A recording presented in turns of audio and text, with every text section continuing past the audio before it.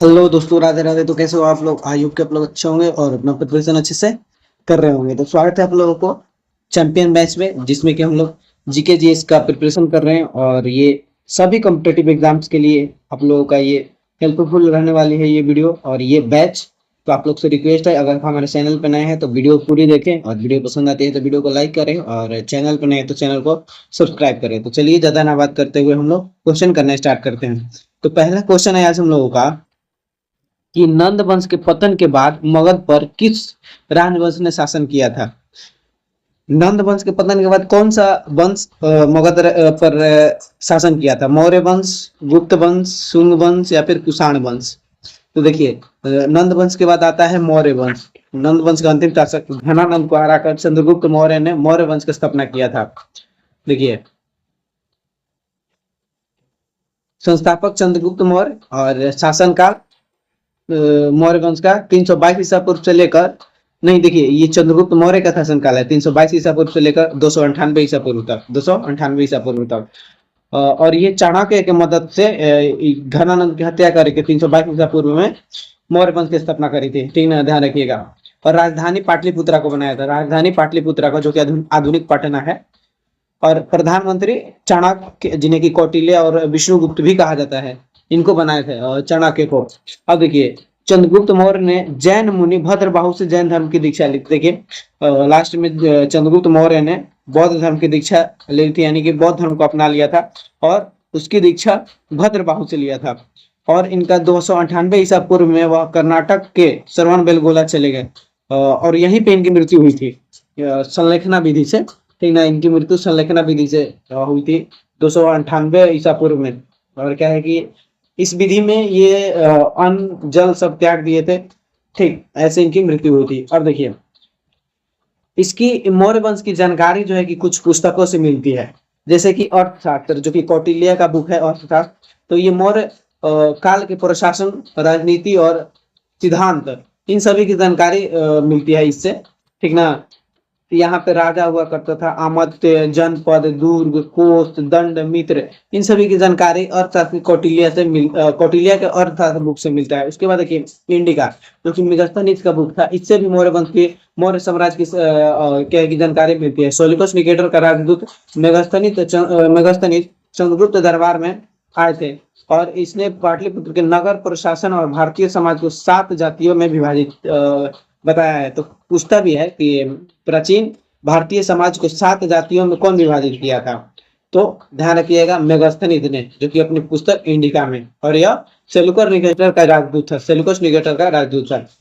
उसके बाद देखिए, मुद्राक्षस से भी मौर्य साम्राज्य की जानकारी मिलती है, और यह पुस्तक विशाखा दत्त की है, विशाखा दत्त की। और इस संस्कृत नाटक में गुप्त काल के दौरान लिखा गया था। लेकिन यह बताता है कि कैसे चाणक्य ने घनानंद को हराकर चंद्रगुप्त को राजा बनाया, और इसमें चंद्रगुप्त को ब्रिसल, ब्रिसल यानी कि निम्न कुल का कहा गया है। तो मुद्रा राक्षस में चंद्रगुप्त को निम्न कुल का कहा गया है, यानी कि ब्रिसल कहा गया है।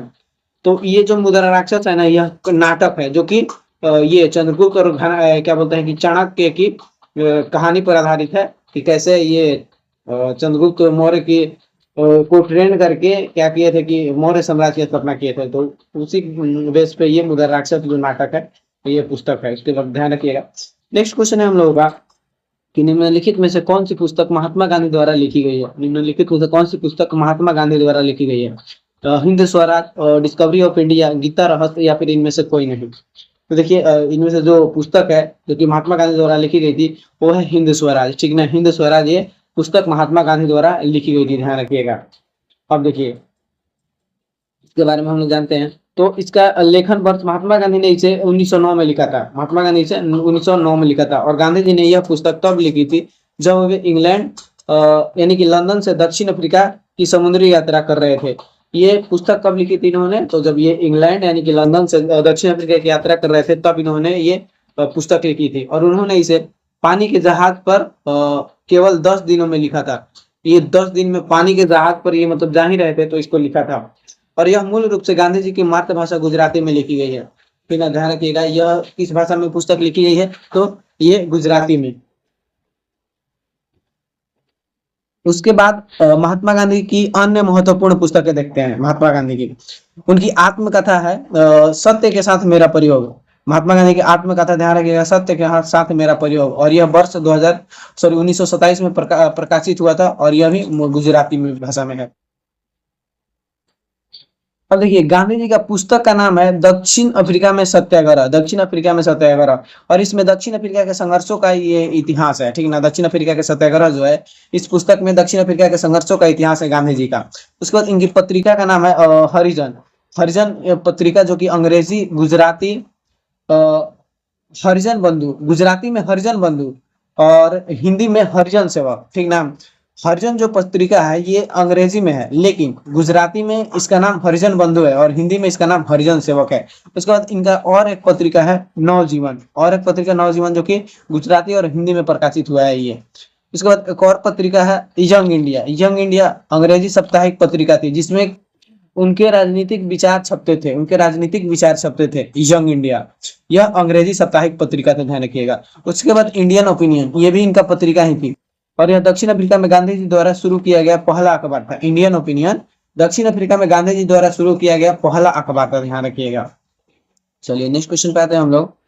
तो हम लोग का नेक्स्ट क्वेश्चन है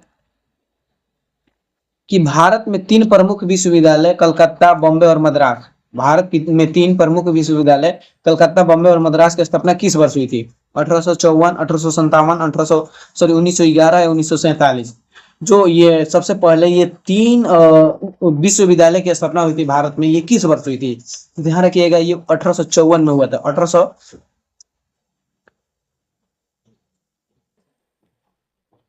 1854 में हुआ था। चलिए आगे देखते हैं। तो इन तीनों विश्वविद्यालय की स्थापना 1854 के वुड्स डिस्पैच के सिफारिशों पर आधार पर की गई थी। वुड्स डिस्पैच, ध्यान रखिएगा, ये वुड्स डिस्पैच जो है काफी इंपॉर्टेंट है। वुड्स डिस्पैच के आधार पर ही इन तीनों विश्वविद्यालय की स्थापना 1854 में की गई थी। प्रशासनिक और शैक्षणिक ढांचा लंदन विश्वविद्यालय के मॉडल पर आधारित है। इन विश्वविद्यालय का जो शैक्षणिक ढांचा और प्रशासनिक ढांचा है वो लंदन विश्वविद्यालय पर आधारित है। तब भारत के गवर्नर जनरल कैनिंग था। जब ये विश्वविद्यालय की स्थापना हुआ था तो उस समय भारत के गवर्नर जनरल कौन था? कैनिंग था। ये चीज भी आप लोग ध्यान रखिएगा, ये भी पूछ लेता है।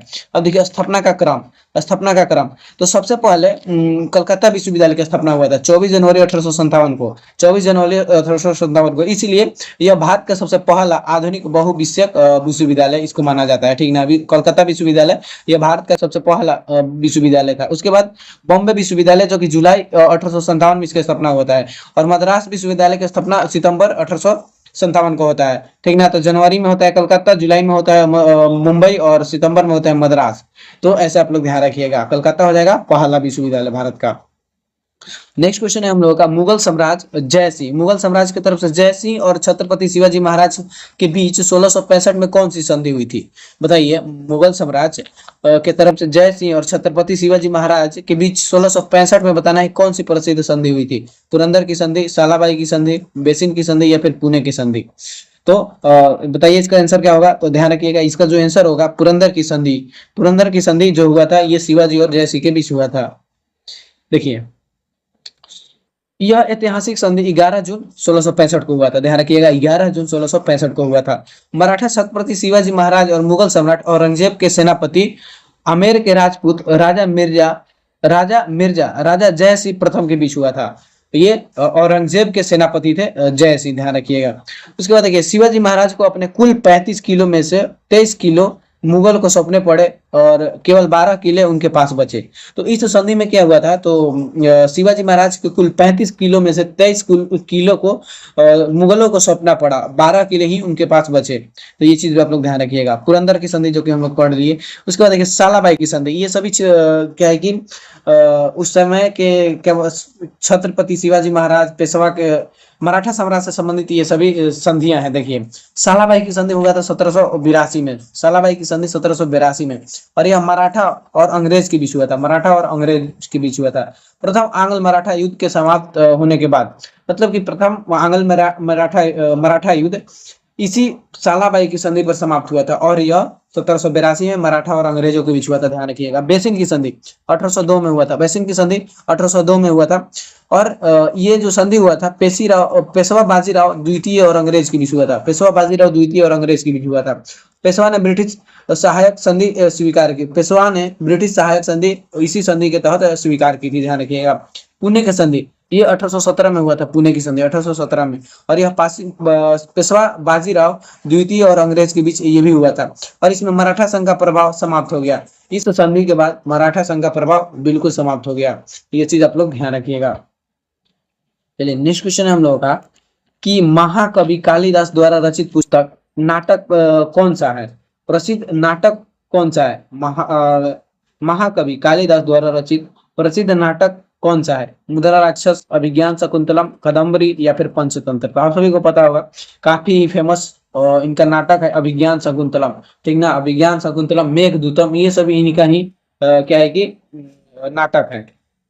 अब देखिए हम लोग देखेंगे ये प्राचीन पुस्तकें। ठीक ना, प्राचीन पुस्तकें जो कि प्राचीन लेखकों द्वारा लिखा गया है। जैसे अर्थशास्त्र, अर्थशास्त्र ये कौटिल्य द्वारा लिखा गया है और यह मौर्य प्रशासन और राजनीति पर आधारित है। राजतरंगिणी ये कलहन द्वारा लिखा गया है और इसमें कश्मीर का इतिहास है। राजतरंगिणी में कश्मीर का इतिहास है। इंडिका मेगास्थनीज, इंडिका मेगास्थनीज द्वारा लिखा गया और मौर्यकालीन समाज और पाटलिपुत्र से संबंधित ये पुस्तक है। अभिज्ञान शकुंतलम ये कालिदास द्वारा रचित नाटक है। इसके बाद मुद्रा राक्षस, यह विशाखा दत्त ने इसकी रचना की थी। मुद्रा राक्षस की विशाखा दत्त ने रचना की थी। और मौर्य काल के गुप्तचर और चाणक्य की चालें इसमें वर्णित है। ठीक ना, मुद्रा राक्षस में क्या क्या है तो मौर्य काल के गुप्तचर और चाणक्य के चालों इसमें वर्णन किया गया है। उसके बाद देखिए मृच्छकटिकम, यह शूद्रक का है। यह शूद्रक द्वारा रचित किया गया है। उसके बाद गरीब ब्राह्मण और गणिका की कहानी इसमें है मृच्छकटिकम में। ध्यान रखिएगा।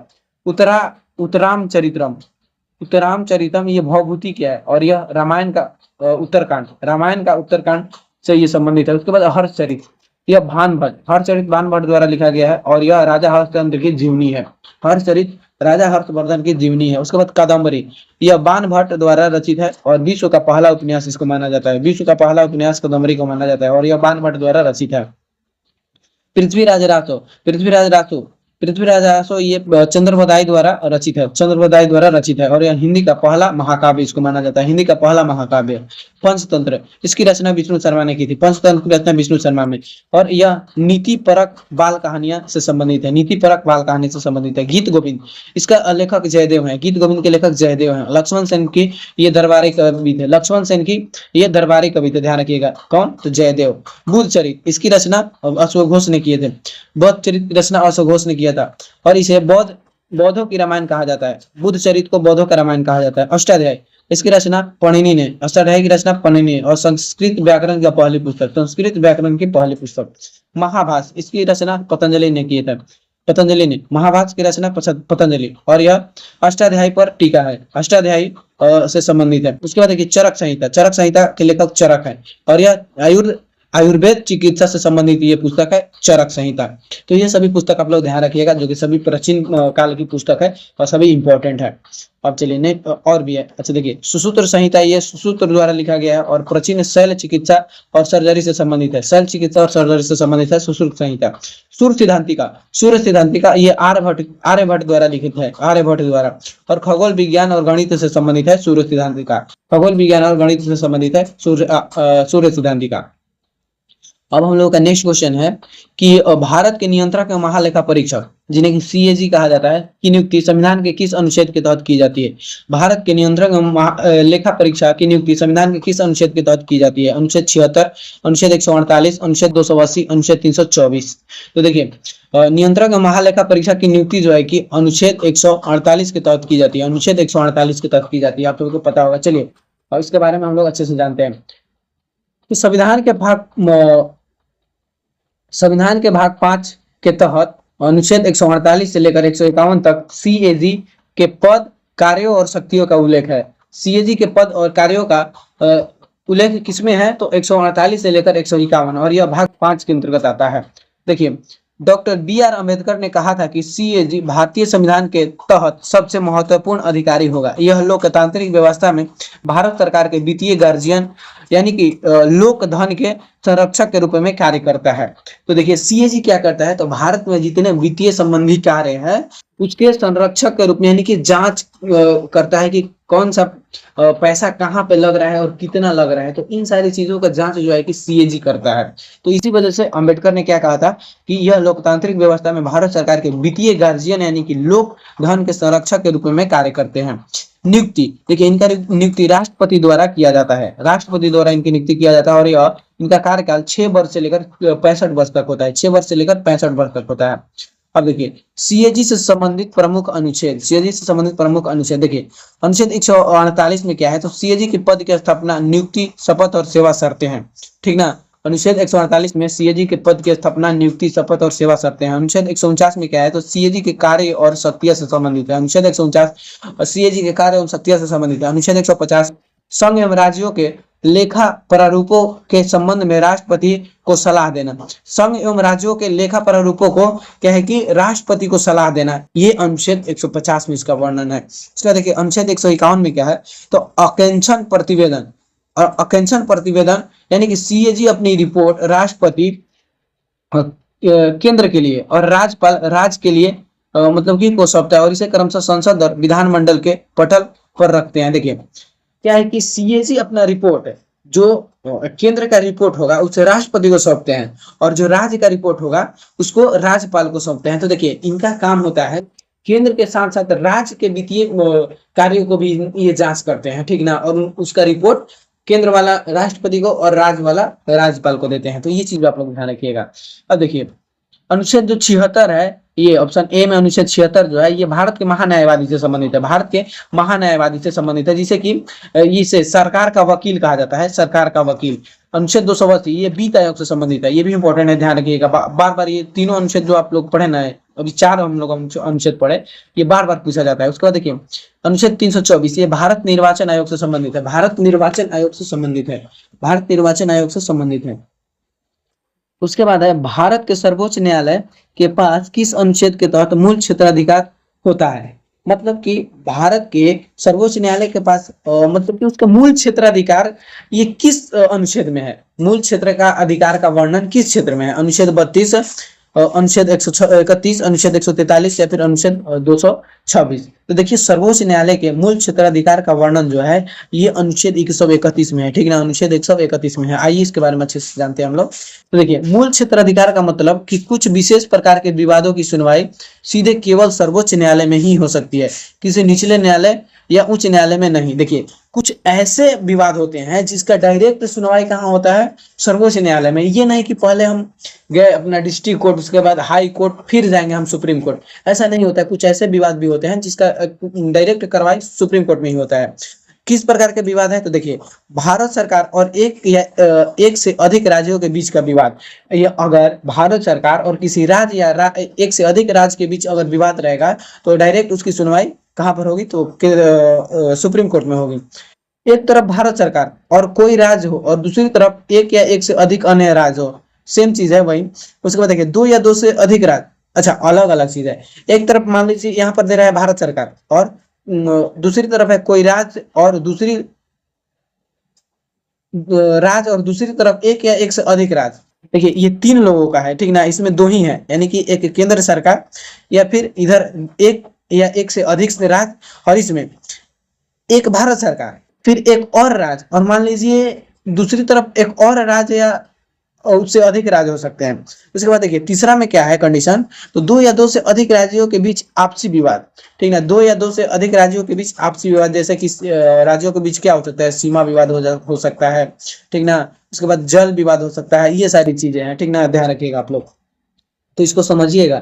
वैसे भी आप लोग ये समझने वाली चीज है, राज्य और केंद्र की जो विवाद होगा उसको हाई कोर्ट में थोड़ी सुलझाया जाएगा, उसको तो सुप्रीम कोर्ट में सुलझाया जाएगा। तो इसमें कंफ्यूजन नहीं होना है कि कैसे कैसे 2 राज्य बोल रहा है कि 3 राज्य बोल रहा है। सीधा सीधा ध्यान रखना है कि जब राज्य और राज्य के बीच जो विवाद होगा तो सुप्रीम कोर्ट, केंद्र और राज्य के बीच जो विवाद होगा वो भी सुप्रीम कोर्ट, ऐसे समझना है। देखिए अनुच्छेद 131, अनुच्छेद 131 क्या कहता है, तो यह मूल क्षेत्राधिकार यानी कि केंद्र बनाम राज्य, वही हम लोग ये तो पढ़ ही लिए। उसके बाद देखिए अनुच्छेद 32 क्या है, तो मौलिक अधिकारों की रक्षा।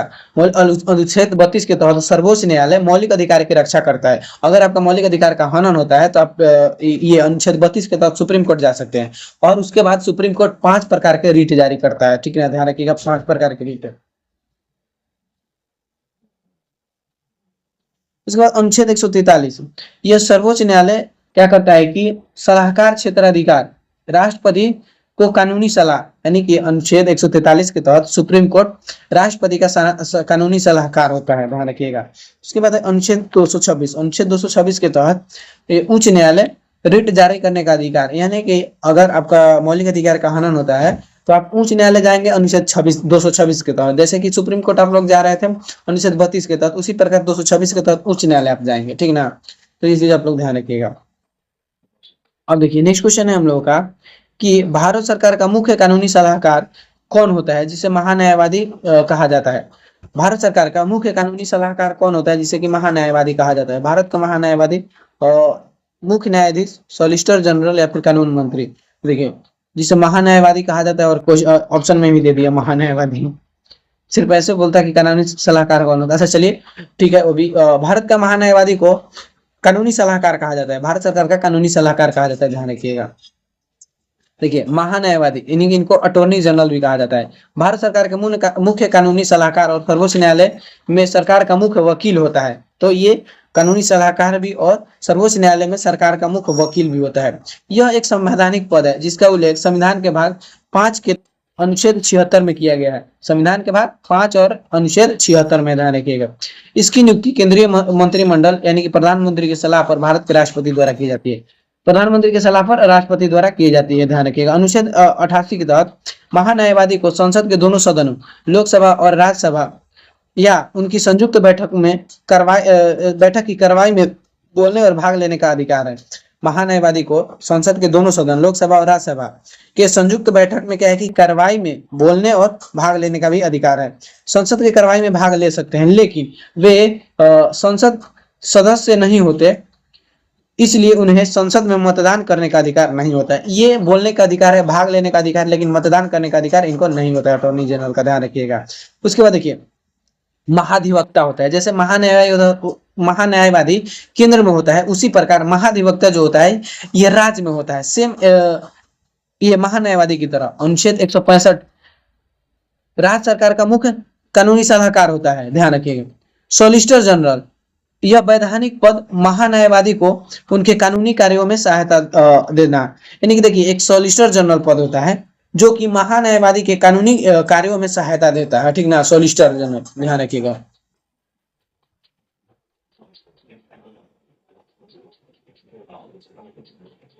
नेक्स्ट क्वेश्चन है भारतीय संविधान के अनुसार राज्य के उच्च न्यायालय को रीट जारी करने की शक्ति किस अनुच्छेद से मिलती है। भारतीय संविधान के अनुसार उच्च न्यायालय को, जैसा कि हम लोग पिछले क्वेश्चन में भी करे हैं कि अगर मौलिक अधिकार का हनन होता है तो उच्च न्यायालय में किस अनुच्छेद के तहत जाया जाता है। अनुच्छेद 32, अनुच्छेद 226, अनुच्छेद 214, अनुच्छेद 136। तो देखिए अनुच्छेद 32 के तहत तो सुप्रीम कोर्ट आप जा सकते हैं, लेकिन अनुच्छेद 226 के तहत आप उच्च न्यायालय जा सकते हैं, यानी कि हाई कोर्ट। देखिए हाई कोर्ट से संबंधित सारी चीजें हम लोग देखते हैं। तो हाई कोर्ट संविधान के भाग 6 के अंतर्गत आता है और इसमें अनुच्छेद 214 से लेकर 231 तक है। अनुच्छेद 214 से लेकर 231 तक है। अनुच्छेद 214 में प्रत्येक राज्य में एक उच्च न्यायालय होगा। अनुच्छेद 214 के अंतर्गत प्रत्येक राज्य में एक उच्च न्यायालय होगा। और अनुच्छेद 231 क्या कहता है, तो संसद कानून बनाकर 2 या 2 से अधिक राज्यों या केंद्र शासित प्रदेशों के लिए एक साझा उच्च न्यायालय स्थापित कर सकती है। देखिए कितना इंपॉर्टेंट अनुच्छेद है। अनुच्छेद 214 में तो उच्च न्यायालय की स्थापना से संबंधित है, लेकिन 231 कितना इंपॉर्टेंट है, अगर एक ही राज्य के दो राज्य के एक ही उच्च न्यायालय बनाना है तो इसका जो अधिकार है ये 231 में दिया हुआ है अनुच्छेद के, ठीक ना। ये चीज आप लोग ध्यान रखिएगा। देखिए वर्तमान में कुल 25 उच्च न्यायालय है और 25वां जो नवीनतम उच्च न्यायालय है ये आंध्र प्रदेश का अमरावती हाई कोर्ट है, ध्यान रखिएगा, जिसकी स्थापना 2019 में हुआ था। उसके बाद अनुच्छेद 217 में उच्च न्यायालय के जजों की नियुक्ति राष्ट्रपति करते हैं, इसका प्रावधान है। और जजों की पद की शपथ से संबंधित राज्य का राज्यपाल दिलाता है। देखिए उच्च न्यायालय के जजों को शपथ कौन दिलाता है? तो राज्यपाल दिलाता है। और ये 62 वर्ष की आयु तक अपने पद पर रह सकते हैं। इनका समय कितना होता है, कार्यकाल कितना होता है? तो 62 वर्ष होता है, ध्यान रखिएगा। और अनुच्छेद 226 जो कि हम लोग पढ़ ही लिए, इसको हटाइए। हाँ देखिए, ये इंपॉर्टेंट है। इलाहाबाद उच्च न्यायालय जजों की संख्या के मामले में ये देश के सबसे बड़ा कोर्ट है, यानी कि सबसे ज्यादा जजों की संख्या इलाहाबाद उच्च न्यायालय में है। दिल्ली और जम्मू कश्मीर ऐसे केंद्र शासित प्रदेश हैं जिनका अपना स्वतंत्र उच्च न्यायालय है। दिल्ली और जम्मू कश्मीर ऐसे केंद्र शासित प्रदेश है जिनका अपना स्वतंत्र उच्च न्यायालय है, ये भी आप लोग ध्यान रखिएगा। चलिए नेक्स्ट क्वेश्चन है हम लोगों का कि पूर्वी घाट की की सबसे ऊंची चोटी निम्नलिखित में से कौन सी है? पूर्वी घाट की सबसे ऊंची चोटी निम्नलिखित में से कौन सी है? अन्नामुड़ी, जिंदागढ़ा, दोदा बेटा या फिर गुरु शिखर? बताना है पूर्वी घाट की सबसे ऊंची चोटी। तो देखिए, पूर्वी घाट की सबसे ऊंची चोटी जो है ये जिंदागढ़ा है, ठीक ना, जिंदागढ़ा, जिंदागढ़ा ध्यान रखिएगा। अब देखिए, हम लोग भारत के प्रमुख ऊंची चोटियां देख लेते हैं जो बार बार एग्जाम में पूछे जाते हैं, ठीक ना। देखिए, पूर्वी घाट के क्या है कि ऊंची चोटी जिंदागढ़ा है और इसकी ऊंचाई 1690 मीटर है और यह आंध्र प्रदेश में पड़ता है। पूर्वी घाट की सबसे ऊंची चोटी महेंद्रगिरी है। पूर्वी घाट की सबसे ऊंची चोटी महेंद्रगिरी है और यह 1501 मीटर ऊंची है और यह उड़ीसा में है। पश्चिमी घाट या दक्षिणी भारत की सबसे ऊंची चोटी जो है ये अन्नामुड़ी। देखिए, अन्नामुड़ी जो है ये दक्षिण भारत का भी सबसे ऊंची चोटी है और पश्चिमी घाट का भी सबसे ऊंची चोटी है और इसकी ऊंचाई 2695 मीटर है और यह केरल में स्थित है। इसके बाद देखिए, नीलगिरी पर्वतमाला की सबसे ऊंची चोटी जो है ये डोडा बेटा है। काफी बार पूछा जा चुका है ये क्वेश्चन। और ये जो है कि 2637 मीटर है, 2637 मीटर। ये सेकंड हाईएस्ट पीक है नीलगिरी का, जो डोडा बेटा चोटी है ये सेकंड लास्ट है दक्षिण भारत का और यह तमिलनाडु में पड़ता है। इसके बाद अरावली पर्वतमाला जो कि इसकी ऊंची चोटी है गुरु शिखर और इसकी ऊंचाई 1722 मीटर है और यह राजस्थान में, ध्यान रखिएगा, राजस्थान में। चलिए नेक्स्ट क्वेश्चन है हम लोगों का कि विश्व का सबसे गहरा महासागरीय गर्त मरियाना गर्त किस महासागर में स्थित है? विश्व का सबसे गहरा महासागरीय गर्त मरियाना गर्त किस महासागर में स्थित है? प्रशांत महासागर, अटलांटिक महासागर, हिंद महासागर या फिर आर्कटिक महासागर? देखिए, विश्व का सबसे गहरा महासागर जो मरियाना गर्त है, महासागरीय गर्त मरियाना गर्त, ये प्रशांत महासागर में, ठीक ना। ये सबसे विश्व में यानी कि पृथ्वी का सबसे गहरा बिंदु ये जो है मरियाना गर्त है जो कि प्रशांत महासागर में है, ध्यान रखिएगा। देखिए, यह पश्चिमी प्रशांत महासागर में मरियाना द्वीप समूह के पूर्व में स्थित है। कहां पर? तो पश्चिमी प्रशांत महासागर में मरियाना द्वीप समूह के पूर्व में स्थित है, ध्यान रखिएगा। और यह विश्व का सबसे गहरा बिंदु, इसका सबसे गहरा हिस्सा चैलेंजर द्वीप कहलाता है। देखिए, इसका सबसे गहरा हिस्सा क्या कहलाता है? चैलेंजर द्वीप कहलाता है और इसकी सबसे गहरी बिंदु जो है उसको मरियाना गर्त कहा जाता है, ध्यान रखिएगा। और इसकी गहराई जो है 11,034 मीटर है, 11,034 मीटर, जो कि लगभग 11 किलोमीटर है। यह इतनी गहराई है कि यदि इसमें माउंट एवरेस्ट 8800 जिसकी 8848 मीटर ऊंचाई है को डुबा दिया जाए तो भी उसके ऊपर लगभग 2 किलोमीटर पानी बच जाएगा। तो देखिए, ये जो पृथ्वी का सबसे ऊंची चोटी माउंट एवरेस्ट है, इसको अगर मरियाना गर्त में डुबाया जाए तो इसके ऊपर 2 किलोमीटर और ऊपर पानी बच जाएगा, यानी कि ये पूरी तरह से डूब जाएगी।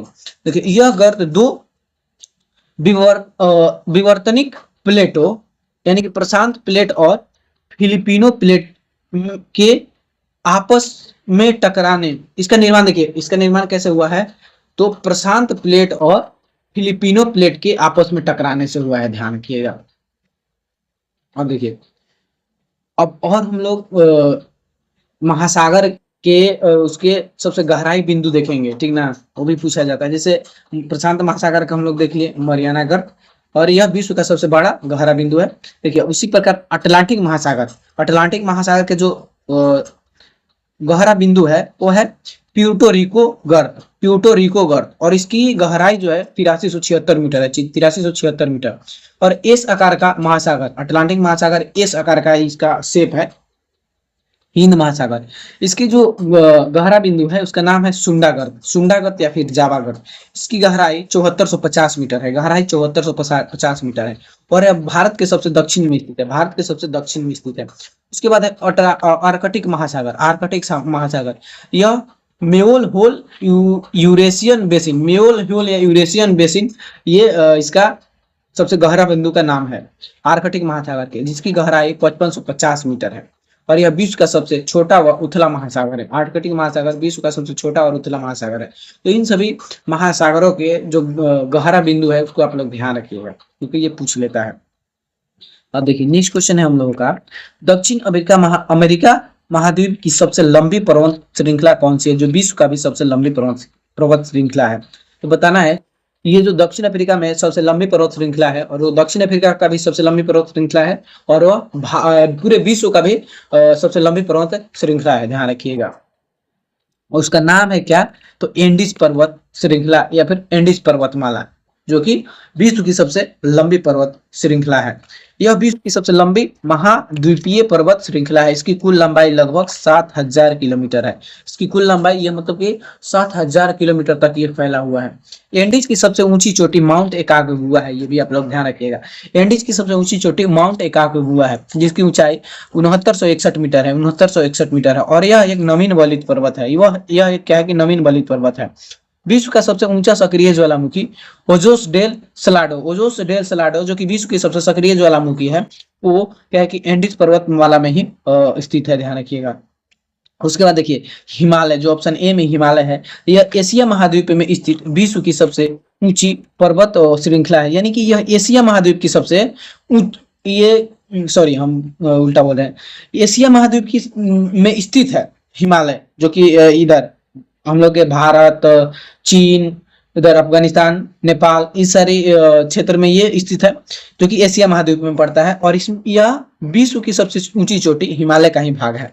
और देखिए माउंट एवरेस्ट इस जो कि ऊंची चोटी है, इसकी ऊंचाई है 8848 मीटर, ठीक ना। और लंबाई के मामले में यह विश्व के 5वें स्थान पर आता है। यानी कि सबसे लंबाई में एंडीज है, उसमें 5वें नंबर पे हिमालय का नंबर आता है, ध्यान रखिएगा। उसके बाद देखिए रॉकीज जो है, यह उत्तरी अमेरिका महाद्वीप की सबसे लंबी पर्वत श्रृंखला है।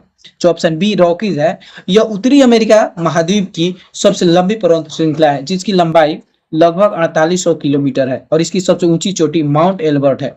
तो ध्यान रखिएगा, रॉकीज भी इंपॉर्टेंट है। रॉकीज पर्वतमाला की ऊंची चोटी माउंट एल्बर्ट है। उसके बाद है आल्प्स जो है, यह यूरोप महाद्वीप की सबसे महत्वपूर्ण और बड़ी पर्वत श्रृंखला है।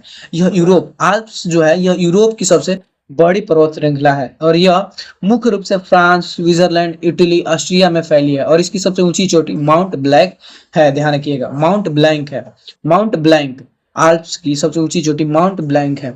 अब देखिए अमेरिका की सबसे ऊंची चोटी एंडीज, जो कि भारत का भी सबसे नहीं लंबी चोटी बोल रहे हैं हम, लंबी श्रृंखला, विश्व की सबसे लंबी श्रृंखला भी एंडीज है।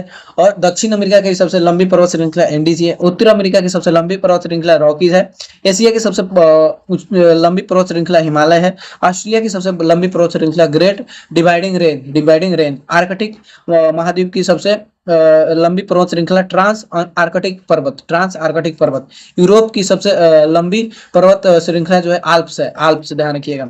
और अफ्रीका की एटलस पर्वत, अफ्रीका की सबसे लंबी पर्वत श्रृंखला एटलस पर्वत है। तो काफी सारी चीजें हम लोग इसमें सीखे, तो ध्यान रखिएगा आप लोग। अब देखिए नेक्स्ट क्वेश्चन है हम लोगों का कि भूमध्य सागर और अटलांटिक महासागर को जोड़ने वाली प्रसिद्ध जल संधि कौन सी है।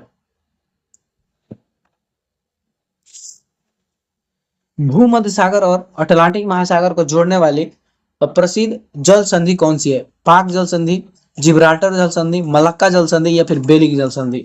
देखिए भूमध्य सागर और अटलांटिक महासागर को जोड़ने वाली प्रसिद्ध जो जल संधि है उसका नाम है जिब्राल्टर जल संधि, ठीक ना, जिब्राल्टर जल संधि ध्यान रखिएगा। उसके बाद देखिए अब सभी इंपॉर्टेंट जल संधियों को देखते हैं। देखिए जिब्राल्टर जल संधि जो है, ये भूमध्य सागर को अटलांटिक महासागर से जोड़ती है, ठीक ना, भूमध्य सागर को अटलांटिक महासागर से जोड़ती है। और देखिए अलग किसको करती है, तो स्पेन, यानी कि यूरोप, स्पेन और अफ्रीका, मोरक्को, ठीक ना, यूरोप के स्पेन और अफ्रीका के मोरक्को को अलग करती है। यूरोप महाद्वीप के स्पेन को और अफ्रीका महाद्वीप के मोरक्को को अलग करती है, और इसे भूमध्य सागर की कुंजी भी कहा जाता है। उसके बाद देखिए मलक्का जल संधि, यह अंडमान सागर और दक्षिण चीन सागर को अलग करती है, जोड़ती है। यह अंडमान सागर और दक्षिण चीन सागर को जोड़ती है, और यह इंडोनेशिया और मलेशिया को अलग करती है, इंडोनेशिया को मलेशिया से अलग करती है। और यह विश्व की सबसे व्यस्त व्यापारिक जलमार्ग है। मलक्का जल संधि विश्व की सबसे व्यस्त व्यापारिक जलमार्ग है, ये भी ध्यान रखिएगा। पाक जल संधि, यह मन्नार की खाड़ी और बंगाल की खाड़ी को जोड़ती है। पाक जल संधि मन्नार की खाड़ी और बंगाल की खाड़ी को जोड़ती है और यह भारत और श्रीलंका को अलग करती है। भारत और श्रीलंका को अलग करती है। उसके बाद है बेरिंग जल संधि। बेरिंग जल संधि यह आर्कटिक महासागर के चुक्की सागर और प्रशांत महासागर के बेरिंग सागर को जोड़ती है। आर्कटिक महासागर के चुक्की सागर और प्रशांत महासागर के बेरिंग सागर को बेरिंग जल संधि जोड़ती है। और यह एशिया के रूस और उत्तरी अमेरिका के अलास्का को अलग करती है। एशिया के रूस और उत्तरी अमेरिका के अलास्का को अलग करती है। अंतर्राष्ट्रीय तिथि रेखा इसके बिल्कुल समानांतर गुजरती है। बेरिंग जल संधि के समानांतर क्या है कि अंतर्राष्ट्रीय तिथि रेखा समानांतर होकर गुजरती है। उसको देखिए हरमुज जल संधि। हरमुज जल संधि यह फारस की खाड़ी और ओमान की खाड़ी को जोड़ती है। फारस की खाड़ी और ओमान की खाड़ी को हरमुज जल संधि जोड़ती है और यह ईरान और ओमान को अलग करती है। ईरान और ओमान को अलग करती है। ओमान जो कि संयुक्त अरब अमीरात में है। इसके बाद देखिए विश्व कच्चे तेल की आपूर्ति के लिए यह रणनीतिक रूप से सबसे महत्वपूर्ण है। यानी कि विश्व के जितने कच्चे तेल है और अधिकतर इसी रास्ते से होकर जाता है, ठीक ना। और उसके जो कि देखिए हॉर्मुज जल संधि में ही आजकल विवाद चल रहा है। ईरान इजराइल के जो युद्ध के बाद हॉर्मुज जल संधि को ही ब्लॉक किया गया है, जिससे कि पूरे विश्व भर में क्या है कि कच्चा तेल का अकाल पड़ गया है। उसके बाद देखिए बाब अल मंडेब जल संधि। बाब अल मंडेब जल संधि यह लाल सागर और अदन की खाड़ी को जोड़ता है, ठीक ना। लाल सागर और अदन की खाड़ी या अरब सागर को जोड़ता है। अरब सागर को या अदन की खाड़ी को जोड़ता है, ध्यान रखिएगा। और यह यमन, एशिया का यमन और अफ्रीका का जिबूती, एशिया या अफ्रीका आप लोग बोल सकते हैं, एशिया और अफ्रीका को अलग करता है, ठीक है ना, ध्यान रखिएगा। और इसे आंसुओं का द्वार भी कहा जाता है। आंसुओं का द्वार भी कहा जाता है, ध्यान रखिएगा। अब देखिए डोबर जल संधि यह इंग्लिश चैनल और उत्तरी सागर को जोड़ती है। यह इंग्लिश चैनल और उत्तरी सागर को जोड़ती है और इंग्लैंड और फ्रांस को अलग करती है। और यह ब्रिटेन की को यूरोपीय मुख्य भूमि से अलग करती है। यह ब्रिटेन को यूरोपीय मुख्य भूमि से भी अलग करता है। तो ध्यान रखिएगा डोबर जल संधि इंग्लिश चैनल और उत्तरी सागर को जोड़ता है और इंग्लैंड और फ्रांस को अलग करता है। उसके बाद बॉस जल संधि। बॉस जल संधि तस्मान सागर और दक्षिण सागर को जोड़ती है। बॉस जल संधि तस्मान सागर और दक्षिण सागर को जोड़ती है और ऑस्ट्रेलिया के मुख्य भूमि और तस्मानिया द्वीप को अलग करती है। ऑस्ट्रेलिया के मुख्य भूमि और तस्मानिया द्वीप को अलग करती है, ध्यान रखिएगा। उसके बाद है सुंडा जल संधि। सुंडा जल संधि जावा सागर और हिंद महासागर को जोड़ती है। सुंडा जल संधि जावा सागर और हिंद महासागर को जोड़ती है और इंडोनेशिया के जावा और सुमात्रा द्वीप को अलग करती है। इंडोनेशिया के जावा और सुमात्रा द्वीप को अलग करती है, ध्यान रखिएगा। चलिए नेक्स्ट क्वेश्चन है हम लोगों का कि निम्नलिखित में से कौन सा कार्य भारतीय रिजर्व बैंक का मुख्य कार्य नहीं है। निम्नलिखित में से कौन सा कार्य भारतीय रिजर्व बैंक का मुख्य कार्य नहीं है। तो देखिए मुद्रा जारी करना, जो कि इसका काम ही है। उसके बाद शाख नियंत्रण करना, इसका भी काम है। बैंकों का बैंक इसे कहा ही जाता है। तो इसका काम जो नहीं है वो है आम जनता को ऋण देना। भारतीय रिजर्व बैंक ये क्या करता है कि आम जनता को ऋण नहीं देता, आप सभी को पता होगा। देखिए स्थापना, आरबीआई का स्थापना 1 अप्रैल 1935 को हिल्टन यंग कमीशन के सिफारिश पर हुआ था। आरबीआई का स्थापना 1 अप्रैल 1935 को हिल्टन यंग कमीशन के सिफारिश पर हुआ था। अधिनियम, यह आरबीआई एक्ट 1934 के तहत इसका स्थापना हुआ था। आरबीआई एक्ट 1934 के तहत इसका स्थापना हुआ था। राष्ट्रीयकरण इसका 1 जनवरी 1949 को हुआ था। राष्ट्रीयकरण 1 जनवरी 1949 को। इसका मुख्यालय मुंबई, जो कि शुरुआत में कोलकाता था। मुख्यालय मुंबई है, शुरुआत में कोलकाता था। मुद्रा जारी करना यानी कि 2 रुपए और उससे बड़े सभी नोट छापना और जारी करना। 1 रुपए का नोट वित्त मंत्रालय द्वारा जारी किया जाता है, बाकी सभी नोट आरबीआई जारी करता है। बैंकों का बैंक यानी सभी वाणिज्य बैंकों के खाते रखना और उन्हें ऋण देना इसका काम है, इसलिए इसे बैंकों का बैंक कहा जाता है। अंतिम ऋणदाता, वित्तीय संकट के समय अन्य बैंकों को आपातकालीन ऋण देता है। वित्तीय संकट के समय ये अन्य बैंकों को आपातकालीन ऋण भी देता है। सरकार का बैंकर, केंद्र और राज्य सरकारों के बैंकिंग लेन देन और कर्ज का प्रबंधन करता है। यह क्या करता है, केंद्र और राज्य सरकारों के बैंकिंग लेन देन और कर्ज का प्रबंधन भी करता है। और इसका काम क्या है, रेपो रेट जारी करना, उसके बाद सीआरआर एसएलआर जैसे उपकरणों के जरिए बैंकों के लेन देन की क्षमता को नियमन करना, ठीक ना। रेपो रेट के जरिए, सीआरआर और एसएलआर के जरिए ये क्या करता है कि बैंकों के लेन देन की क्षमता को ये नियमन करता है, यानी कि उसका नियंत्रण करता है। उसके बाद देखिए बाजार में पैसों की तरलता और महंगाई को नियंत्रित करता है। बाजार में पैसों की तरलता और महंगाई को भी यह नियंत्रित करता है। भारत में विदेशी मुद्रा भंडार की देखरेख और रुपए के मूल्य को भी स्थिर रखना इसका काम है। यानी कि विदेशी मुद्रा भंडार की देखरेख भी करता है, और रुपए के मूल्य को स्थिर रखना भी आरबीआई का ही काम है। तो ये आरबीआई से संबंधित सारी फैक्ट्स था, आप लोग ध्यान रखिएगा। नेक्स्ट क्वेश्चन है हम लोगों का कि भारत में राष्ट्रीय आय का मापन या अनुमान सबसे पहले किसने लगाया था? भारत में राष्ट्रीय आय का मापन या अनुमान सबसे पहले किसने लगाया था? दादा भाई नौरोजी, बी के आरबी राव, पीसी महालनोबिस या एमजी रानडे। तो देखिए, भारत में राष्ट्रीय आय का सबसे पहला अनुमान किसने लगाया था? तो देखिए, सबसे पहला अनुमान 20 रुपया बताया था प्रति व्यक्ति आय उस व्यक्ति ने। तो उनका नाम है दादा भाई नौरोजी, ठीक ना, दादा भाई नौरोजी, ध्यान रखिएगा।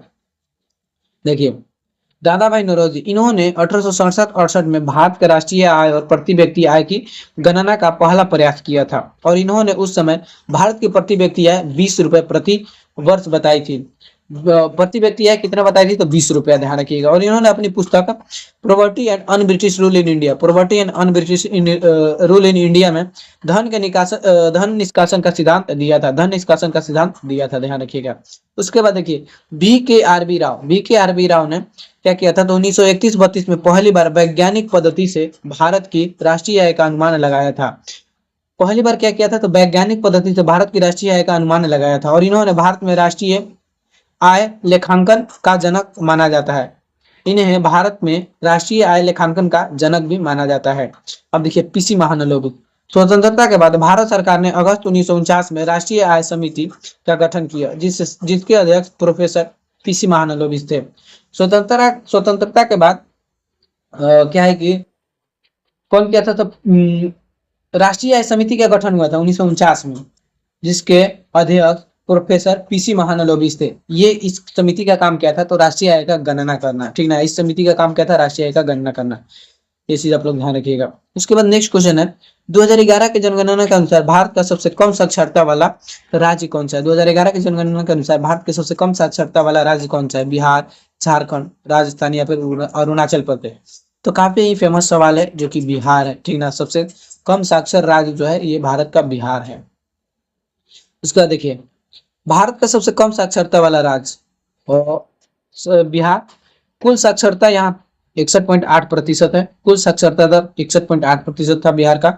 और पुरुष साक्षरता दर 71.2%, पुरुष साक्षरता दर 71.2%, महिला साक्षरता दर 51.5%।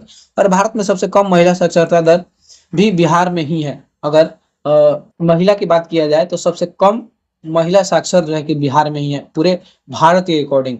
अब देखिए, भारत की कुल साक्षरता दर ध्यान रखिएगा 74.04% है, जिसमें पुरुष की साक्षरता दर 82.14% और महिला की 65.46% है। ये भी आप लोग ध्यान रखिएगा। और तो देखिए, सबसे अधिक साक्षर राज्य 2011 की जनगणना के अनुसार केरल है, जहाँ की 94% लोग पढ़े लिखे हैं। दूसरा सबसे अधिक साक्षर राज्य मिजोरम है, यहाँ के लोग 91.33% पढ़े लिखे हैं। सबसे अधिक साक्षर केंद्र शासित प्रदेश, सबसे अधिक साक्षर केंद्र शासित प्रदेश लक्षद्वीप है, और यहाँ 91.85% लोग पढ़े लिखे हैं। सबसे कम साक्षर केंद्र शासित प्रदेश यानी कि यूटी, दादर और नगर हवेली है, जो कि यहाँ के लोग 76.24% पढ़े लिखे हैं, 76.24%। चलिए, नेक्स्ट क्वेश्चन है हम लोगों का, विश्व का सबसे बड़ा धार्मिक स्मारक अंकोरावाट मंदिर किस देश में स्थित है? विश्व का सबसे बड़ा धार्मिक स्मारक अंकोरावाट का मंदिर किस देश में स्थित है? वियतनाम में, कंबोडिया में, थाईलैंड में या फिर इंडोनेशिया में? तो देखिए, अंकोरावाट का मंदिर जैसे ही दिमाग में आता है तो एक और नाम दिमाग में आता है, कंबोडिया, ठीक ना। तो अंकोरावाट का मंदिर कंबोडिया में है, ध्यान रखिएगा। तो आइए इसके बारे में हम लोग अच्छे से जानते हैं।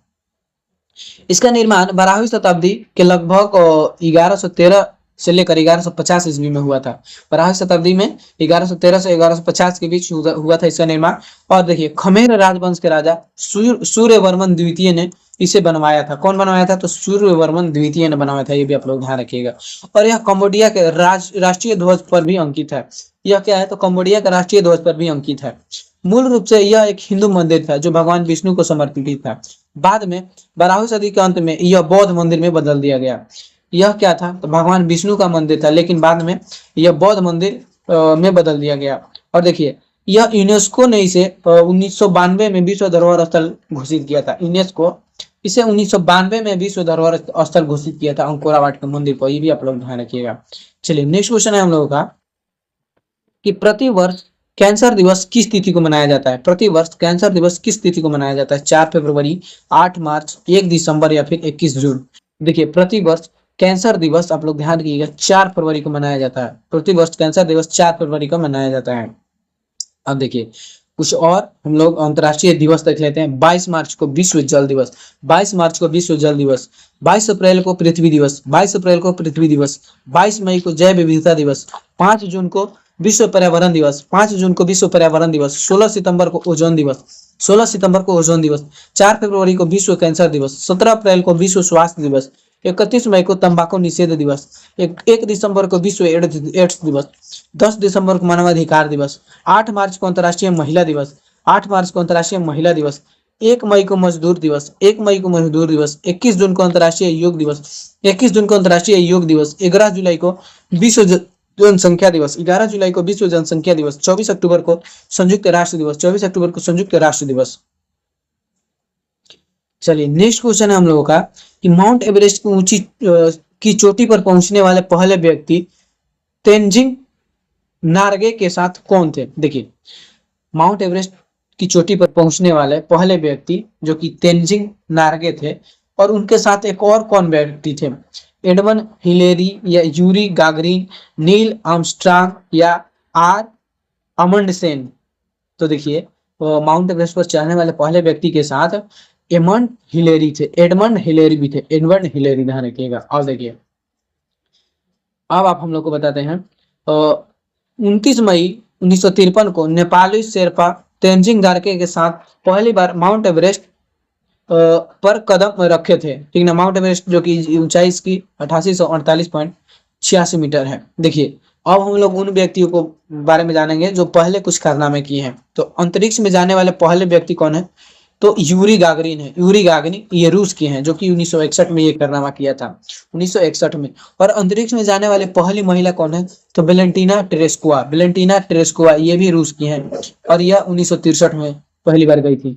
चंद्रमा पर कदम रखने वाला पहला व्यक्ति, चंद्रमा पर कदम रखने वाला पहला व्यक्ति नील आर्मस्ट्रांग, नील आर्मस्ट्रांग जो कि अमेरिका के हैं, और यह 1969 में गए थे, 1969 में। अंतरिक्ष में तैरने वाले पहला व्यक्ति, अंतरिक्ष में तैरने वाले पहला व्यक्ति एलेक्सी लियोनोव, इलेक्सी लियोनोव है जो कि रूस के हैं, 1965 में ये गए थे। पहला कृत्रिम उपग्रह, पहला कृत्रिम उपग्रह कौन है? तो स्पुतनिक, स्पुतनिक 1 जो कि रूस द्वारा लॉन्च किया गया था 1957 में, रूस द्वारा लॉन्च किया गया था 1957 में। उत्तरी ध्रुव, उत्तरी ध्रुव पर पहुंचने वाला पहला व्यक्ति रॉबर्ट पियरी, उत्तरी ध्रुव पर पहुंचने वाला पहला व्यक्ति रॉबर्ट पियरी है जो कि अमेरिका के हैं। उसके बाद दक्षिणी ध्रुव पर पहुंचने वाले पहले व्यक्ति रोवार्ड एमंडसेन है, रोवार्ड एमंडसेन जो कि नॉर्वे के हैं, ध्यान रखिएगा। विश्व का चक्कर लगाने वाला पहला व्यक्ति फर्डिनेंड मैगलन, फर्डिनेंड मैगलन जो कि समुद्री मार्ग से ये पूरे विश्व का चक्कर लगाए थे। माउंट एवरेस्ट पर चढ़ने वाली पहली महिला, माउंट एवरेस्ट पर चढ़ने वाली पहले महिला कौन है? तो Junko Tabei, Tabei, Junko Tabei जो कि जापान के हैं। माउंट एवरेस्ट पर चढ़ने वाली पहली महिला जुंको ताबेई जापान की है। नेक्स्ट क्वेश्चन है हम लोगों का कि अंतर्राष्ट्रीय मुद्रा कोष की स्थापना किस प्रसिद्ध सम्मेलन के तहत 1944 में हुई थी? अंतर्राष्ट्रीय मुद्रा कोष की स्थापना किस प्रसिद्ध सम्मेलन के तहत 1944 में हुई थी? ब्रिटेन वुड्स सम्मेलन, वियना सम्मेलन, पेरिस सम्मेलन या फिर जिनेवा सम्मेलन। तो देखिए अंतर्राष्ट्रीय मुद्रा कोष की स्थापना ये हुआ था 1944 में ब्रिटेन वुड्स सम्मेलन के तहत, ब्रिटेन वुड्स सम्मेलन के तहत, ध्यान रखिएगा। अब देखिए और भी अंतर्राष्ट्रीय संगठन है उसका हम लोग देख लेते हैं। जैसे कि देखिए संयुक्त राष्ट्र संघ, संयुक्त राष्ट्र संघ का स्थापना हुआ था 24 अक्टूबर 1945 को, संयुक्त राष्ट्र संघ का स्थापना 24 अक्टूबर 1945 को। संयुक्त राज्य अमेरिका में न्यूयॉर्क के जो कि संयुक्त राज्य अमेरिका के न्यूयॉर्क शहर में हुआ था। विश्व स्वास्थ्य संगठन यानी कि WHO का स्थापना 7 अप्रैल 1948 को, WHO का स्थापना 7 अप्रैल 1948 को जिनेवा स्विट्जरलैंड में, जिनेवा स्विट्जरलैंड में। अंतर्राष्ट्रीय मुद्रा कोष IMF, अंतर्राष्ट्रीय मुद्रा कोष IMF का स्थापना हुआ था 27 दिसंबर 1945 को, 27 दिसंबर 1945 को वाशिंगटन डीसी और वाशिंगटन डीसी शहर संयुक्त राज्य अमेरिका में। उसके बाद देखिए विश्व बैंक, विश्व बैंक का स्थापना हुआ था जुलाई 1944 को और कार्य पूरा हुआ 1945 में, ठीक ना। स्थापना इसका 1944 में इसका कार्य शुरू हुआ था और 1945 में पूरा हुआ। उसके बाद देखिए वेलिंगटन डीसी संयुक्त राज्य अमेरिका, इसकी स्थापना वेलिंगटन डीसी संयुक्त राज्य अमेरिका में हुआ था इसका भी। उसके बाद देखिए विश्व व्यापार संगठन यानी कि WTO, विश्व व्यापार संगठन यानी कि WTO, इसका 1 जनवरी 1995 को हुआ था। 1 जनवरी 1995 को जिनेवा स्विट्जरलैंड में, जिनेवा स्विट्जरलैंड। यूनेस्को, यूनेस्को का स्थापना 16 नवंबर 1945 को, यूनेस्को का स्थापना 16 नवंबर 1945 को पेरिस फ्रांस में, पेरिस फ्रांस में। इसके बाद अंतर्राष्ट्रीय श्रम संगठन, अंतर्राष्ट्रीय श्रम संगठन, इसका स्थापना 11 जुलाई 1919 को, 11 जुलाई 1919 को जिनेवा स्विट्जरलैंड में, जिनेवा स्विट्जरलैंड में, जिनेवा स्विट्जरलैंड में। उसके बाद है उत्तर अटलांटिक संधि संगठन यानी कि नाटो, उत्तर अटलांटिक संधि संगठन नाटो का स्थापना और 4 अप्रैल 1949 को, 4 अप्रैल 1949 को। मुख्यालय इसका ब्रुसेल्स बेल्जियम, ब्रुसेल्स बेल्जियम में है। एशियाई विकास बैंक ADB, एशियाई विकास बैंक की स्थापना 19 दिसंबर 1966 को, 19 दिसंबर 1966 को मनीला फिलीपींस में। दक्षिण एशियाई क्षेत्रीय सहयोग संगठन, दक्षिण एशियाई क्षेत्रीय सहयोग संगठन की स्थापना 8 दिसंबर 1985 को, 8 दिसंबर 1985 को काठमांडू नेपाल में, काठमांडू नेपाल में। चलिए नेक्स्ट क्वेश्चन है हम लोगों का कि सल्फाइड अयस्कों का सांद्रण मुख्य रूप से किस विधि द्वारा किया जाता है? सल्फाइड अयस्कों का सांद्रण मुख्य रूप से किस विधि द्वारा किया जाता है? चुंबकीय पृथक्करण विधि, फेन प्लावन विधि, निष्पातन विधि, गुरुत्वीय पृथक्करण विधि। तो बताइए सल्फाइड अयस्कों का सांद्रण मुख्य रूप से किस विधि द्वारा किया जाता है? तो ध्यान रखिएगा इसका फेन प्लावन विधि द्वारा, फेन प्लावन विधि द्वारा इसका सांद्रण किया जाता है। अब देखिए ये प्रक्रिया होती कैसी है, तो यह पूरी प्रक्रिया 4 चरणों में काम करती है। देखिए सबसे पहले सल्फाइड अयस्कों को बारीक पीसकर पानी से भरे बड़े टैंक में डाल दिया जाता है। सल्फाइड अयस्कों को बारीक पीसकर पानी से भरे बड़े एक टैंक में डाल दिया जाता है। इस घोल में चीड़ का तेल या तरपीन के तेल मिलाया जाता है। इसमें क्या किया जाता है? चीड़ का तेल या तरपीन का तेल मिलाया जाता है। हवा प्रवाहित कर टैंक में नीचे से बहुत तेज हवा यानी कि कंप्रेस्ड हवा भेजी जाती है और घोल को तेजी से हिलाया जाता है। तो ये सारी प्रक्रिया होती है। अब देखिए इसमें उसके बाद क्या होता है, अलग करना। हवा के कारण तेल और पानी का बहुत सारा झाग यानी कि फेन बनता है, जिससे सल्फाइड अयस्क के कण तेल से चिपक कर झाग के साथ ऊपर तैरने लगते हैं। सल्फाइड अयस्क क्या करते हैं कि तेल से चिपक कर झाग के साथ ऊपर तैरने लगते हैं और मिट्टी और कंकड़ जैसी अशुद्धियां पानी में भारी होने के कारण नीचे बैठ जाते हैं और इस झाग को ऊपर से छानकर अलग सुखा लिया जाता है और शुद्ध अयस्क मिल जाता है। तो देखिए इस प्रकार सल्फाइड अयस्क को इसका सांद्रण यानी कि शुद्ध अयस्क प्राप्त किया जाता है। मान लीजिए खदान से सल्फाइड अयस्क के हम निकाल के लाए, तो उसको इस प्रक्रिया द्वारा यानी कि उसको पीस कर बड़े पानी के टैंक में डाल दिया जाता है, फिर उसमें तारपीन का तेल मिलाया जाता है और फिर नीचे से कंप्रेस्ड हवा जो तेजी से हवा जाता है उसको लगाया जाता है। फिर क्या होता है कि तेज हवा के चलते वो पानी घूमता है तो झाग बन के जो है कि ऊपर उसमें झाग बनता है, तेल का झाग, जो उसमें तेल मिलाया जाता है उसमें झाग बनता है और तेल ही में सल्फाइड अयस्क चिपक जाता है और उसको छान कर सुखा दिया जाता है तो शुद्ध सल्फाइड अयस्क प्राप्त होता है। ध्यान रखिएगा।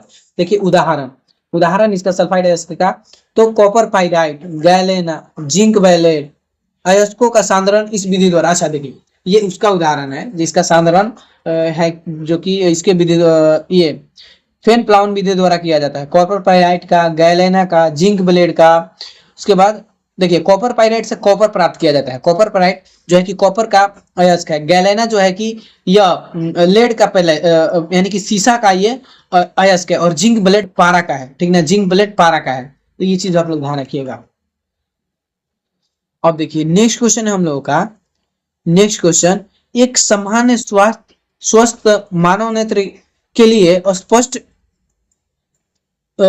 दृष्टि की न्यूनतम दूरी कितनी होती है? कितनी होती है? 10 सेंटीमीटर, 25 सेंटीमीटर, 50 सेंटीमीटर या फिर अनंत? तो आप सभी को पता है कि एक स्वस्थ मानव की आंख 25 सेंटीमीटर तक क्या है कि न्यूनतम दूरी 25 सेंटीमीटर, दूर नहीं, दूर तो अनंत भी होता है, न्यूनतम दूरी होता है 25 सेंटीमीटर। अब देखिए मानव नेत्र के बारे में हम लोग जानेंगे। तो मानव नेत्र का एक भाग होता है श्वेत पटल। श्वेत पटल क्या करता है, तो यह आंखों का सबसे बाहरी सफेद और कठोर सुरक्षात्मक कवच होता है। श्वेत पटल यह आंख के सबसे बाहरी सफेद और जो आप लोग देखते हैं वह कठोर और सुरक्षात्मक कवच होता है। कर्निया, यह आंखों के सामने पारदर्शी हिस्सा होता है और बाहर से आने वाले प्रकाश सबसे पहले इसी से होकर प्रवेश करता है। कर्निया जो होता है ये आंखों के सामने ये पारदर्शी पदार्थ पारदर्शी भाग होता है जो बाहर से आने वाले प्रकाश इसी से होकर प्रवेश करते हैं, कर्निया से। इसके बाद देखिए परितारिका। परितारिका क्या है? तो यह कर्निया के पीछे एक रंगीन स्क्रीन होती है और इसी के कारण आंखों का रंग काला, भूरा या नीला होता है। तो परितारिका के कारण ही आंखों का रंग काला, भूरा या नीला होता है। उसके बाद देखिए पुतली। यह आइरिस के बीच एक छोटा सा छेद होता है। आइरिस के बीच छोटा सा छेद होता है और यह आंखों में जाने वाले प्रकाश की मात्रा को नियंत्रित करती है। अंधेरे में यह बड़ी हो जाती है और तेज रोशनी में छोटी हो जाती है। तो देखिए जो पुतली है ये अंधेरे में आप जाते हैं तो बड़ी हो जाती है और जब रोशनी में आप जाते हैं तो ये छोटी होती है। तो ये प्रकाश की मात्रा को नियंत्रित करती है पुतली, आप लोग ध्यान रखिएगा। उसके बाद है नेत्र लेंस। यह पारदर्शी, लचीला और उत्तल लेंस होता है।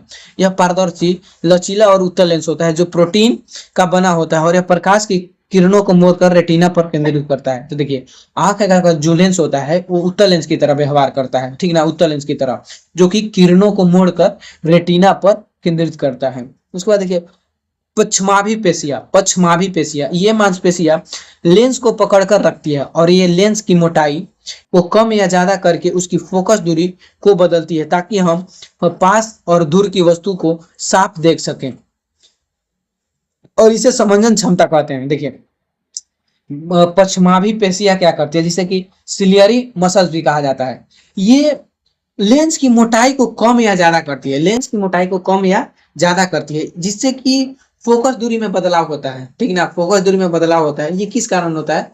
तो दूर की वस्तु को देखने में मतलब कि दूर की वस्तु देखने के लिए फोकस दूरी ज्यादा करना पड़ेगा, पास की वस्तु को देखने के लिए फोकस दूरी कम करना पड़ेगा।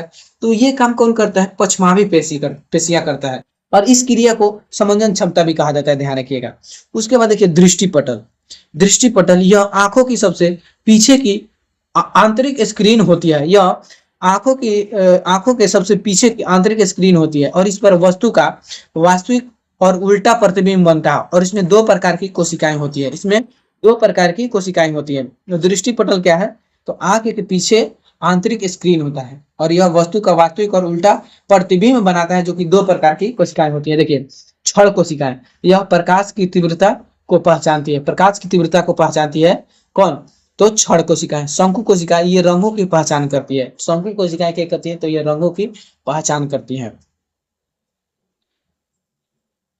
उसके बाद है नेक्स्ट क्वेश्चन, हेली धूमकेतु। हेली धूमकेतु कितने वर्षों के अंतराल के बाद सूर्य के चारों ओर अपना पूरा चक्कर लगाते हैं? सूर्य के चारों ओर अपना पूरा चक्कर लगाते हैं हेली धूमकेतु। तो देखिए हेली धूमकेतु जो है ये 76 वर्ष के अंतराल में सूर्य के एक चक्कर लगाता है, 76 वर्ष में। तो अब देखिए हेली धूमकेतु क्या है? तो धूमकेतु बर्फ, धूल और चट्टानी पदार्थों से बने छोटे खगोलीय पिंड होते हैं। छोटे खगोलीय पिंड होते हैं। जब ये सूर्य के करीब होते हैं तो इनकी बर्फ गैस में बदल जाती है, जिससे इनके पीछे एक लंबी चमकीला पूंछ दिखाई देती है। क्या होता है? तो धूमकेतु यह बर्फ, धूल और चट्टानी पदार्थों से बना एक खगोलीय पिंड है। क्या क्या होता है इसमें? तो धूल होता है, बर्फ होता है और चट्टानी पदार्थ होता है। और यह जब सूर्य के करीब आते हैं तो इनकी बर्फ गैस में बदल जाता है। तो गैस में बदल जाता है तो जाहिर सी बात है पीछे ऐसे लटका हुआ प्रतीत होगा, तो इस कारण इसकी पूंछ बन जाता है पीछे और एक लंबी चमकीली पूंछ दिखाई देने लगता है, ठीक ना। हेली धूमकेतु, इसका आधुनिक नाम आधिकारिक नाम क्या है? IP Halley. और सूर्य के चारों ओर एक अत्यंत अंडाकार कक्षा में चक्कर लगाते हैं और इसे अपना एक चक्कर पूरा करने में लगभग 75 से 76 वर्ष लगता है, ध्यान रखिएगा। अब देखिए यह आखिरी बार 1986 में पृथ्वी से देखा गया था। अपनी 76 वर्षों की नियमित यात्रा पूरी करके यह अगली बार 2061 में दोबारा दिखाई देगा। तो यह 2081 में दिखाई दे दिया है, उसके बाद अब 2061 में दिखाई देगा। इसका नाम प्रसिद्ध ब्रिटिश खगोल शास्त्री एडमंड हेली के नाम पर रखा गया है। एडमंड हेली के नाम पर इसका नाम रखा गया है, ध्यान रखिएगा। नेक्स्ट क्वेश्चन है हम लोगों का कि अमाशय में स्रावित होने वाले पेप्सिन एंजाइम किसका पाचन करता है? देखिए क्वेश्चन का थोड़ा सा एडिटिंग रह गया था, टाइम की वजह से नहीं हो पाया। अच्छा कोई दिक्कत नहीं, हम लोगों का क्वेश्चन से काम है। देखिए अमाशय में स्रावित होने वाला पेप्सिन एंजाइम का पाचन, पेप्सिन एंजाइम किसका पाचन करता है? वसा का या फिर कार्बोहाइड्रेट का या प्रोटीन का या फिर विटामिन का? तो देखिए पेप्सिन जो होता है ये प्रोटीन का पाचन करता है, प्रोटीन का। अब देखिए पेप्सिन हमारे आमाशय की दीवार में मौजूद जठर ग्रंथियों द्वारा स्रावित होने वाला एक प्रमुख पाचक एंजाइम है। किसके द्वारा ये स्रावित होता है? तो आमाशय के दीवार में मौजूद जठर ग्रंथियों द्वारा स्रावित होता है। इसका मुख्य काम भोजन में मौजूद जटिल प्रोटीन को छोटे टुकड़ों यानी कि पेप्टोन्स और पेप्टाइड में बदलना, ताकि हमारा शरीर उसे आसानी से सोख सके। यानी कि प्रोटीन को ये छोटे टुकड़ों पेप्टोन्स या पेप्टाइड में बदल देता है। और आमाशय में निकलने वाला HCl यानी कि हाइड्रोक्लोरिक अम्ल पेट के माध्यम को अम्लीय बनाता है। देखिए हाइड्रोक्लोरिक अम्ल आप सभी को पता है कि हम लोग के आमाशय में हाइड्रोक्लोरिक अम्ल होता है। यह करता क्या है? तो हमारे पेट को क्या करता है कि अम्लीय बनाता है, और यह अम्लीय माध्यम निष्क्रिय पेप्सिनोजेन को सक्रिय पेप्सिन एंजाइम में बदलता है। अगर पेट में अम्ल ना हो तो पेप्सिन प्रोटीन का पाचन नहीं कर पाएगा। तो देखिए जो पेप्सिन है इसको कौन सक्रिय करता है? क्या बोलते हैं, देखिए अम्लीय माध्यम निष्क्रिय पेप्सिनोजेन को सक्रिय, हाँ जो ये पेप्सिन एंजाइम होता है ना, ये आमाशय में पेप्सिनोजेन के रूप में रहता है, पेप्सिनोजेन के रूप में, जो कि निष्क्रिय रहता है।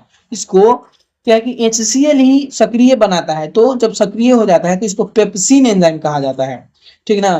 तो जो कि अगर ये HCl ना हो, हाइड्रोक्लोरिक अम्ल ना हो हमारे पेट में, तो प्रोटीन का पाचन नहीं होगा। ये चीज ध्यान रखिएगा। उसके बाद हम लोग का क्वेश्चन है, जब एक लिफ्ट तेजी से ऊपर की ओर जा रही हो तो उसमें खड़े व्यक्ति का आभासी भार कैसा प्रतीत होगा? यानी कि जब लिफ्ट तेजी से ऊपर से नीचे की ओर,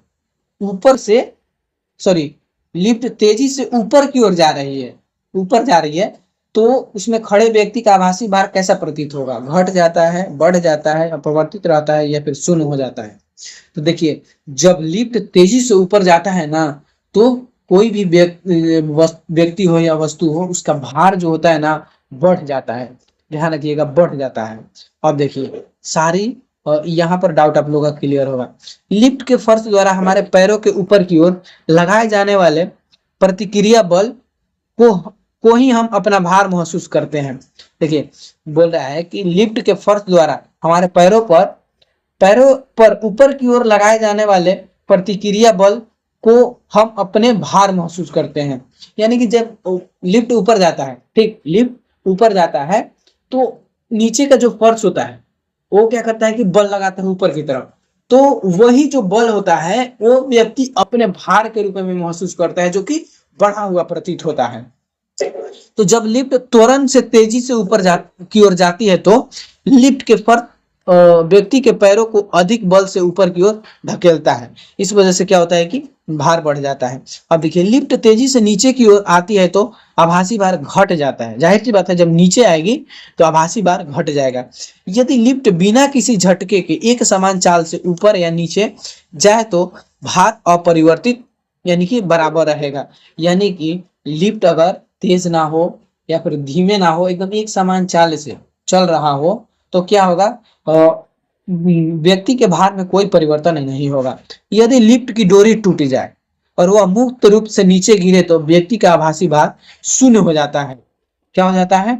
यदि लिफ्ट का डोरी टूट जाए और वह मुक्त रूप से नीचे गिरने लगे तो क्या होता है कि उसमें बैठा व्यक्ति का भार जो होता है कि एकदम शून्य हो जाता है। तो ये भी आप लोग ध्यान रखिएगा। तो ये लिफ्ट से 4 कंडीशन बनता है, ठीक ना। तेजी से ऊपर जाने पर भार बढ़ता है, और तेजी से नीचे आने पर भार घटता है, और एक समान नीचे या ऊपर जाने पर भार बराबर रहता है, और जब लिफ्ट की डोरी टूट जाता है तो भार शून्य हो जाता है। तो ये चीज आप लोग ध्यान रखिएगा। तो ये हम लोगों का लास्ट क्वेश्चन था। जैसा कि हम लोग हर वीडियो में 25 क्वेश्चन कर रहे हैं, तो इसमें भी टोटल 25 क्वेश्चन हो गए। तो अगर आप लोगों को वीडियो पसंद आई तो वीडियो को लाइक कर दे, और चैनल पर नए हैं तो चैनल को सब्सक्राइब कर दे, और दोस्तों के साथ भी शेयर कर दें। और वीडियो कैसी आप लोगों को लगी है कमेंट में जरूर बताएं। अच्छी लगी है तो अच्छी बोले, और अगर आप लोगों को कुछ कमी भी लग रही है तो उसको भी बताएं, जो जिससे कि मैं उस कमी को पूरा कर सकूं, ठीक ना। चलिए मिलते हैं नेक्स्ट वीडियो में, तब तक के लिए अपना ध्यान रखिए और अच्छे से पढ़ाई करें।